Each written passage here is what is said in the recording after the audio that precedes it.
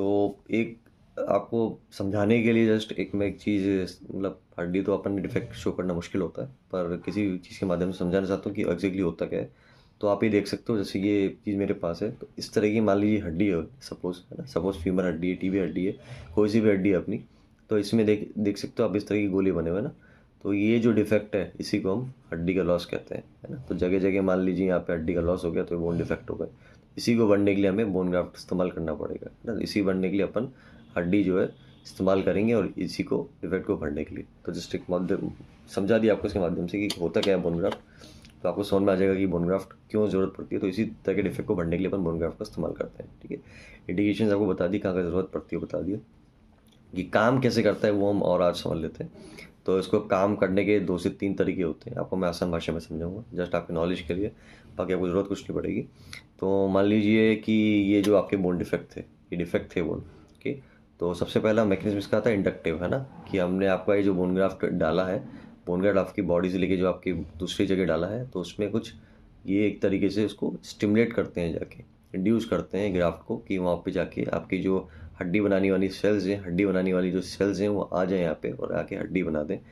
तो उसको हम कहते हैं हमारी भाषा में ऑस्टोइंडक्टिव मैकेनिज्म होता है। तो ये पहला मैकेनिज्म होता है कि हड्डी वाली सेल्स आके स्टिमुलेट करें यहाँ पे, ये जो ग्राफ से निकली है, कि हड्डी और बने। तो उसको ऑस्टोइंडक्टिव अपन कहते हैं। दूसरा आता है ऑस्टोकंडक्टिव, होता है कि ये जो बोन ग्राफ्ट है ना, बोन ग्राफ्ट जो हमने लिया है, ये एक स्कैफोल्ड प्रोवाइड कर रहा है। स्कैफोल्ड मतलब एक स्ट्रक्चर, खाना प्रोवाइड कर रहा है, और यहाँ पे आके जो आपकी हड्डी के सेल जो हड्डी बना लेगी इस पर आके, ठीक है।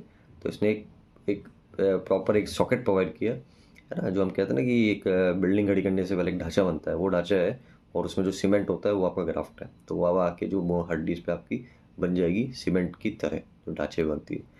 तीसरा आता है खुद ऑस्टोजेनिक है, यानी कि इसमें से खुद से सेल्स निकलेंगी, है ना। ऑस्टोजेनेसिस यानी कि सेल्स निकलेंगी, और वो उसकी वजह से हड्डी आपकी बन जाएगी। तो ऑस्टोजेनेसिस को कहते हैं कि खुद ब खुद यहाँ पे हड्डी बनाने वाली सेल निकल गई, और वो हड्डी बनाने वाली सेल आपकी हड्डी इस पर बना लेगी, ठीक है। तो 2-3 मैकेनिज्म होते हैं जिससे आपका काम करता है, जैसे आपकी नॉलेज के लिए था कि आपको थोड़ा समझ में आ जाए, है ना। तो ये चीज़ थी, आप नेक्स्ट वीडियो में डिस्कस करेंगे, और आगे डिस्कस करेंगे कि कितने तरह के ग्राफ्ट होते हैं, उनका उनका क्या क्या दिक्कतें उनसे आ सकती है, कोई दिक्कत का आपको सामना करना पड़ सकता है प्रैक्टिकली, आपने किया